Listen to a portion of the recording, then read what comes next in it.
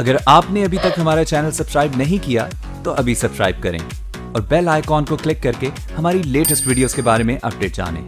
Subscribe کیجئے۔ آج کا عنوان خدا کا فضل۔ محترم بھائیوں اور بہنوں، خدا کا فضل وہ عظیم نعمت ہے جس کا ذکر ہمیں بائبل مقدس میں ملتا ہے۔ فضل ایک ایسا عطیہ ہے جو انسان اپنی نیکیوں کے سبب سے نہیں پاتا، بلکہ یہ خدا کی بے پناہ محبت اور مہربانی کی بدولت ہے۔ پولس رسول اپنی تحریروں میں بارہا اس بات پر زور دیتے ہیں کہ انسان اپنی نیکیوں اعمال کے ذریعے نجات حاصل نہیں کرتا، بلکہ یہ خدا کا فضل ہے جو ہمیں نجات بخشتا ہے۔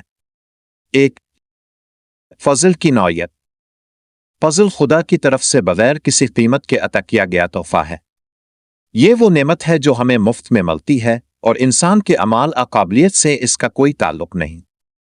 افسیوں 2:8 میں لکھا ہے، کیونکہ تم فضل ہی سے ایمان کے وسیلہ سے نجات پائے ہو، اور یہ تمہاری طرف سے نہیں بلکہ خدا کی بخشش ہے۔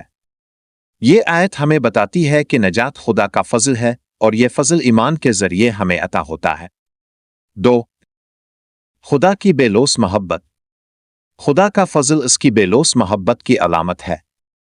یوحنا 3:16 میں لکھا ہے، کیونکہ خدا نے دنیا سے ایسی محبت رکھی کہ اس نے اپنا اکلوتا بیٹا بخش دیا، تاکہ جو کوئی اس پر ایمان لائے ہلاک نہ ہو بلکہ ہمیشہ کی زندگی پائے۔ یہ آیت خدا کی محبت اور فضل کی بہترین مثال ہے، جہاں اس نے اپنے بیٹے یسوع مسیح کو انسانیت کی خاطر قربان کیا۔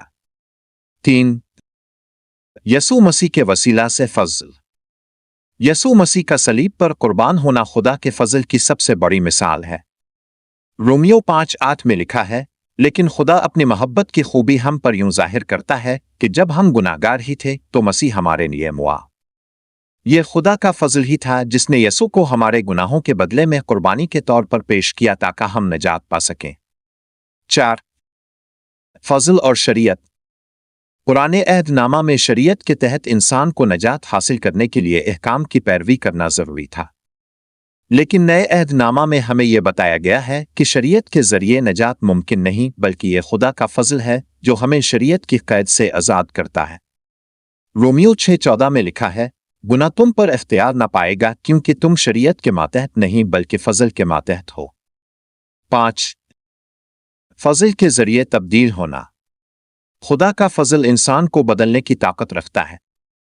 تیتس 2:11-12 میں لکھا ہے، کیونکہ خدا کا فضل ظاہر ہوا ہے جو سب آدمیوں کی نجات کا باعث ہے اور ہمیں تربیت دیتا ہے کہ بے دینی اور دنیاوی خواہشوں کا انکار کریں اور اس موجودہ زمانے میں پرہیزگاری، رست بازی اور دینداری سے زندگی بسر کریں۔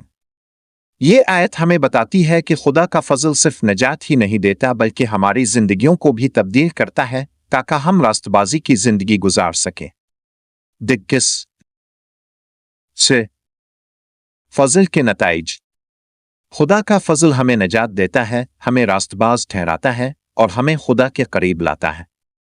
رومیو 3:24 میں لکھا ہے، اور اس کے فضل کے سبب سے اس مخلصی کے وسیلہ سے جو مسیح یسوع میں ہے مفت راست باز ٹھہرائے جاتے ہیں۔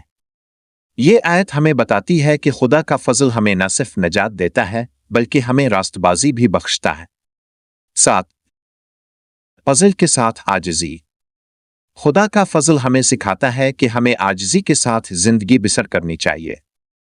یعقوب 4:6 میں لکھا ہے، لیکن وہ زیادہ فضل دیتا ہے، اس لیے وہ کہتا ہے، خدا مغروروں کا مقابلہ کرتا ہے لیکن عاجزوں کو فضل عطا کرتا ہے۔ یہ آیت ہمیں بتاتی ہے کہ اگر ہم عاجزی سے خدا کے حضور آئیں تو وہ ہمیں اپنے فضل سے نوازتا ہے۔ 8، فضل کے ذریعے خدمت۔ خدا کا فضل ہمیں خدمت کرنے کی ترغیب دیتا ہے۔ 1 پطرس 4:10 میں لکھا ہے، خدا کا فضل ہمیں نہ صرف ماضی کے گناہوں سے آزاد کرتا ہے بلکہ یہ ہمیں روزمرہ کی زندگی میں چلنے کے لیے بھی طاقت اور حکمت عطا کرتا ہے۔ یہ فضل ہمیں سکھاتا ہے کہ مشکلات اور آزمائشوں کے وقت بھی ہم خدا پر بھروسہ کریں اور اس کی ہدایت کے مطابق عمل کریں۔ پولس رسول 2 کرنتھیوں 12:9 میں لکھتے ہیں، لیکن اس نے مجھ سے کہا، میرا فضل تیرے لیے کافی ہے کیونکہ میری قدرت کمزوری میں پوری ہوتی ہے۔ یہ آیت ہمیں یاد دلاتی ہے کہ خدا کا فضل ہماری کمزوریوں میں بھی ہماری مدد کرتا ہے اور ہمیں خدا کی قدرت پر بھروسہ رکھنے کی ترغیب دیتا ہے۔